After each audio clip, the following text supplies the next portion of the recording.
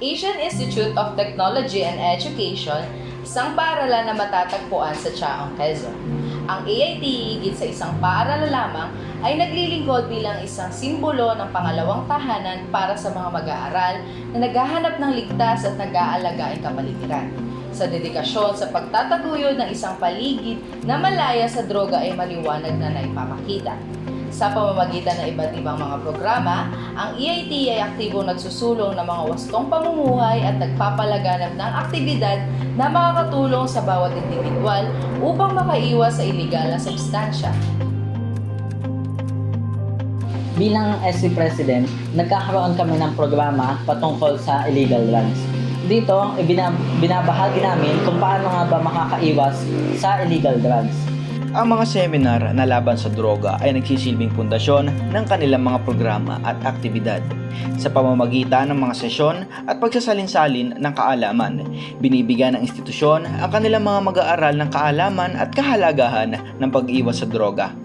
Nagkakameron din kami ng guest speaker mula sa ating municipality para lang sa ganon ay mabigyan din kami ng abiso at ng mga karagdagang kaalaman para nga naman makatulong ang mga seminar na ginaganap namin at para makaiwas sa illegal drugs.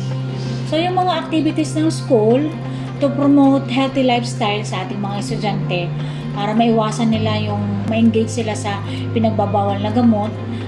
Meron tayong, syempre yung ating PE. Yung mga PE subjects natin, 4 yan.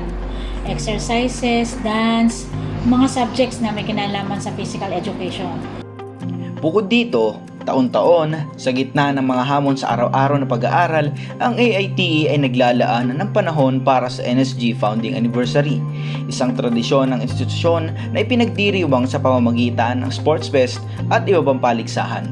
Ito ay nagbibigay ng oportunidad sa mga mag-aaral makilahok, matuklasan o malinang pa ang kanilang mga hilig. Yung yearly natin na NSG Foundation, nandiyan yung ating mga sports fest.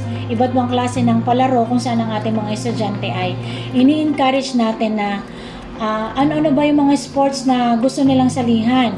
Pwede sa basketball, either volleyball o kaya chess, kung saan kailangan na malinang o linangin yung kanilang mga kaalaman sa sports. So sa ganitong paraan ng mga estudyante natin ay makakaiwas doon sa ipinagbabawal na gamot.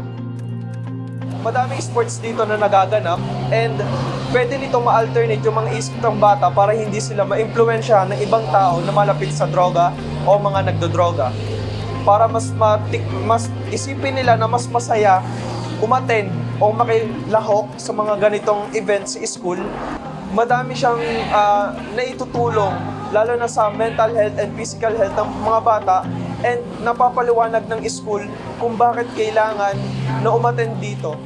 Para sa akin, kaya po nakakaano ng anti-drugs ang naging sport fest ng AIT College ay mas malilin lang ang mga estudyante na sumali sa mga sports na nagugustuhan nila kaysa sila ay pumunta sa mga droga na nakasisira ng mga utak nila.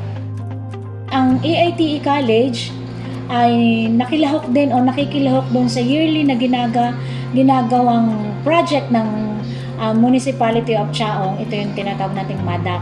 So, sumasali tayo doon sa Palarong Pinoy. And then yung kanilang program na kontra droga, ito lang, very recently yung ating nag-participate tayo, nagpadala tayo ng video entry natin kung saan pinapakita natin na ano ba ang nagiging impact o ano ang nagiging bunga sa mga individual, sa tao, sa kabataan kung sila ay na-engage o gumagamit ng pinagbabawal na gamot.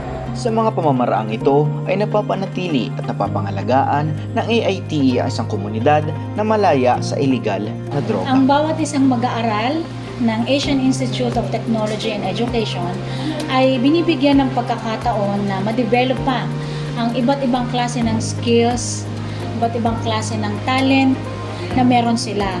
Sa bawat pagkakataon na meron sila na makasali sa iba't ibang klase ng sports, iba't ibang klase ng arts, crafts na kung saan taglay nila yung mga talent and skills na meron sila ay mag-grab ng bawat isang opportunity para sa ganun din naman ay makaiwas sila sa paggamit ng ipinagbabawal na gamot.